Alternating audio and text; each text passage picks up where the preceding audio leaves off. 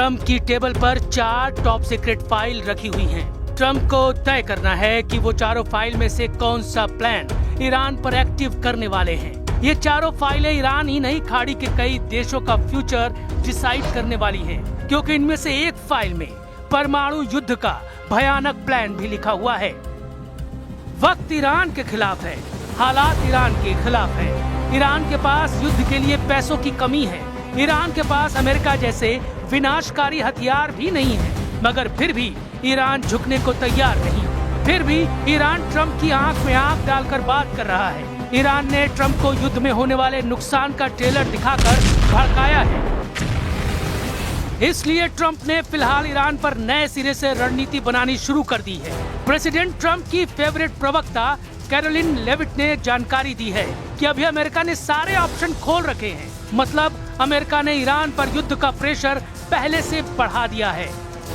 So the president and his team are closely monitoring this situation, and all options remain on the table for the president. Trump ने Iran को 4 option दिए हैं, उनमें से एक युद्ध का है, बाकी 3 क्या हैं, इन्हें भी जानेंगे। लेकिन उससे पहले ये जान लीजिए कि ईरान बैकफुट पर है।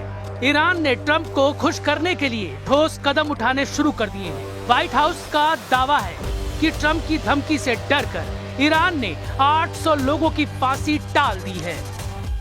ईरान में हिंसक प्रदर्शन के आरोप में अब तक 1800 गिरफ्तारियों की रिपोर्ट आई है। मीडिया रिपोर्ट्स के मुताबिक इनमें से 800 को ईरान के चीफ जस्टिस जल्द से जल्द सजा देने का मुकदमा शुरू कर चुके थे, लेकिन ट्रंप ने धमकी दी कि एक भी प्रदर्शनकारी को फांसी दी गई तो ईरान तबाह हो जाएगा।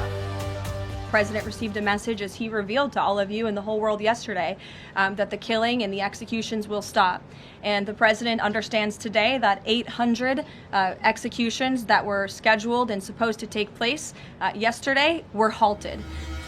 ईरान पूरी कोशिश कर रहा है कि ट्रंप का गुस्सा किसी भी तरह से शांत किया जाए, लेकिन सुपर पावर है कि गियर बदलता जा रहा है। अमेरिका के जंगी हथियार ईरान की तरफ तेजी से बढ़ रहे हैं। न्यूयॉर्क टाइम्स ने अपनी एक रिपोर्ट में बताया है कि ट्रंप को ईरान पर फिलहाल हमला नहीं करने का सुझाव पीएम नेतन्याहू ने दिया है।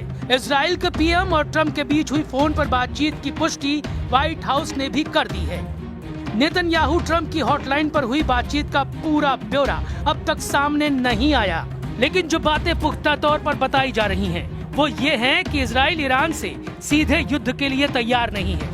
इजराइल जून 2025 में ईरान से हुए युद्ध में भी भारी नुकसान झेल चुका है। तब ईरान ने हजारों मिसाइलों से इजराइल को दहला दिया था। हालांकि अमेरिका और खाड़ी देशों ने मिलकर ईरान की मिसाइलों की मार से इजराइल को बचाने की पूरी कोशिश की थी, लेकिन इस बार ईरान ने धमकी दी है कि अगर अमेरिका ने उस पर हमला किया तो वो इजराइल को मिसाइल धमाकों से बर्बाद कर देगा। इसलिए इजराइल अभी अपनी तैयारी करना चाहता है, क्योंकि ईरान पर अमेरिका के हमले के विरोध में खाड़ी के 4 मजबूत देश भी खुलकर सामने आए हैं।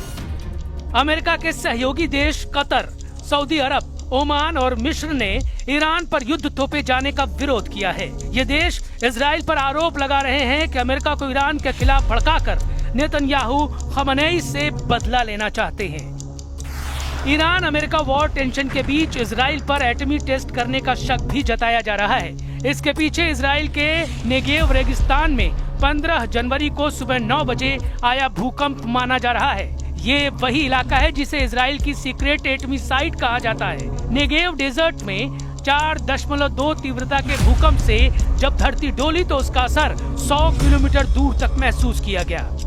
रिक्टर पैमाने पर 4.2 तीव्रता का भूकंप मध्यम तीव्रता वाले परमाणु बम परीक्षण के बराबर ही होता है। ऐसे में अंदाजा लगाया जा रहा है कि इजराइल ने ईरान से टेंशन के बीच गुप्त परमाणु धमाका कर डाला है। हालांकि आधिकारिक तौर पर एटमी टेस्ट की आशंका किसी ने नहीं जताई है, क्योंकि इस इलाके में ऐसे भूकंप आए दिन आते रहते हैं। हालांकि इजराइल ने ईरान के खिलाफ अपना स्टैंड बदला नहीं है। ईरान को कमजोर करने के लिए नेतन्याहू ने प्रेसिडेंट पुतिन से भी बात की है। पुतिन पहले दिन से ईरान के साथ खड़े हैं। उन्होंने ट्रंप को ईरान पर हमला करने को भयानक भूल कह रखा है। प्रेसिडेंट पुतिन ने नेतन्याहू से पहले ईरान के राष्ट्रपति पेजेश्कियान से भी फोन पर बात की है। पुतिन ने ईरान के मामले में मध्यस्थता करने की पेशकश की है। वहीं नेतन्याहू ने पुतिन से कहा है कि वो खाड़ी में स्थिरता और सुरक्षा को मजबूत करने के लिए डिप्लोमेटिक कोशिशों को आगे बढ़ाएंगे। Помощь не только Ирану, но и всему региону и делу региональной стабильности и мира Россия оказывает и сейчас, вот в том числе и благодаря президентской активности, которая направлена на то, чтобы способствовать деэскалации напряжения. इजराइल जिस स्टाइल के लिए कुख्यात है वो उससे अलग रुख अपनाए हुए है।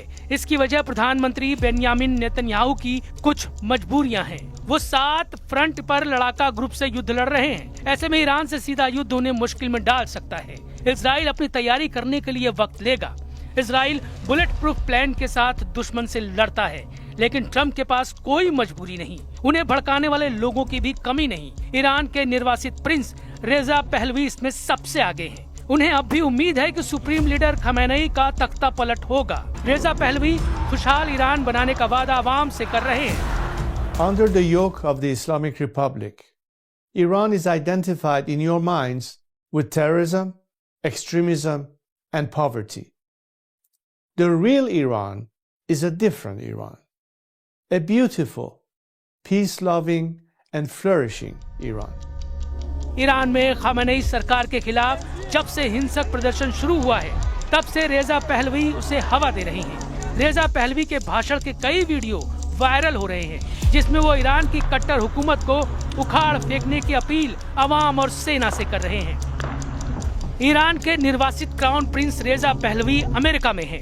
रेजा पहलवी ईरान में 1979 में हुए तख्ता पलट से 2 साल पहले ही अमेरिका चले गए थे। पिता की मौत के बाद 31 अक्टूबर 1980 को रेजा पहलवी को शाह बनाया गया था।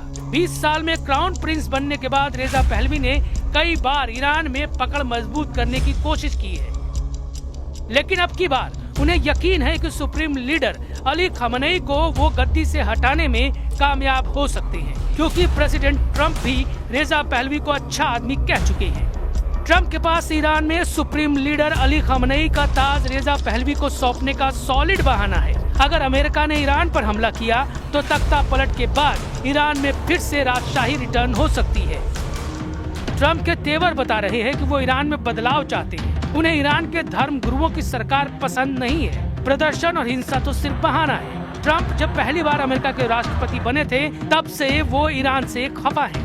3 जनवरी 2020 को ट्रम्प ने ईरान के हीरो कहे जाने वाले Quds Force chief commander Qasem Soleimani को मार डाला था।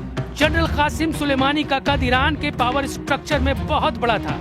ईरान के सबसे ताकतवर नेता, सर्वोच्च धार्मिक नेता आयतुल्ला अली खमेनेई के बाद अगर ईरान में किसी को दूसरा सबसे ताकतवर शख्स समझा जाता था तो वो थे कासिम सुलेमानी, जिसे अमेरिका ने ड्रोन मिसाइल धमाके में उड़ा दिया था।